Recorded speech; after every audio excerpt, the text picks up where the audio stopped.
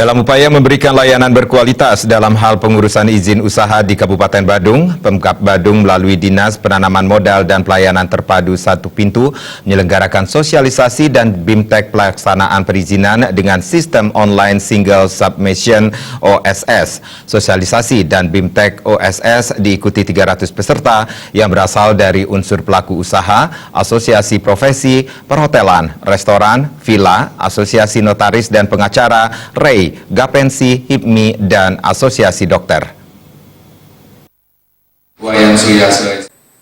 Kadis Penanaman Modal dan Pelayanan Terpadu Satu Pintu, PPMPTSP, Made Agus Aryawan mengatakan, Pemkab Badung melaksanakan sosialisasi dan BIMTEK terkait dengan Peraturan Pemerintah Nomor 24 Tahun 2018 tentang perizinan terintegrasi secara elektronik atau dikenal dengan nama Online Single Submission OSS. Dinas PPMPTSP memandang perlu, PP tersebut disosialisasikan kepada seluruh stakeholder pembangunan di Kabupaten Badung. Maka dari itu, Dinas PPMPTSP mendatangkan narsum dari Kementerian Koordinator Bidang Perekonomian, diantaranya Marianto selaku Kabid Kemudahan dan Insentif Investasi Kemenko Bidang Perekonomian. Narsum kedua adalah Heri, tim teknis dari OSS yang betul-betul memahami dan memiliki kompetensi di dalam penerbitan proses penyelesaian berbagai permasalahan melalui OSS. OSS tersebut mendapat respon yang cukup baik dari masyarakat dan pelaku usaha. Sejauh ini terdaftar 3.069 nomor induk usaha di Kabupaten Badung dan sekitar 12.607 pemenuhan komitmen yang perlu dipenuhi oleh masyarakat atau pelaku usaha. Oleh sebab itu, Dinas PPMPTSP memandang sosialisasi harus terus dilaksanakan sehingga masyarakat merasakan kemudahan di dalam penyelenggaraan berusaha di Kabupaten Badung. Sebuah sistem baru tentunya menemui kendala teknis dan administrasi yang perlu segera dicarikan solusinya. Dalam penerapan OSS, Satgas sudah dibentuk yang nantinya menampung segala keluhan masyarakat ketika mengurus perizinan. Namun setelah proses sosialisasi dan para peserta mencoba aplikasi OSS, permasalahan administrasi dan teknis optimis bisa ditangani setelah melalui proses koordinasi dengan tim OSS nasional. Harapan kami ke depan tentu dengan adanya OSS ini, masyarakat bisa mengurus sendiri proses perizinan berusahanya, baik itu secara mandiri melalui portal www.oss.go.id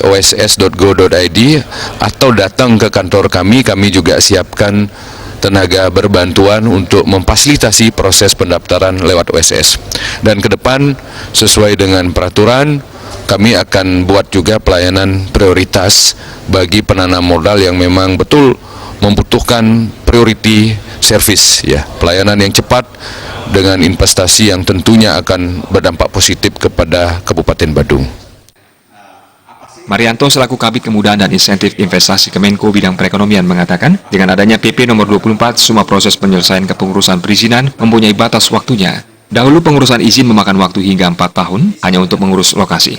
Di PP nomor 24 menegaskan, izin itu ditentukan dengan batas waktu ketika pengusaha mendapatkan NIB, diberikan waktu 10 hari untuk melaporkan NIB ke PTSP. Pejabat di PTSP akan diberikan batas waktu untuk melakukan tugasnya. Setelah menerima rekomendasi dari teknisnya, PTSP memiliki kewajiban 2 hari untuk memberikan notifikasi. Dalam jangka 2 hari jika PTSP tidak menotifikasi, sistem yang akan menotifikasinya. Kepastian hukum sudah tercantum dalam PP nomor 24 untuk memberikan izin. Dengan sistem OSS, pengurusan izin memiliki batas waktu, tidak berlarut-larut seperti dahulu.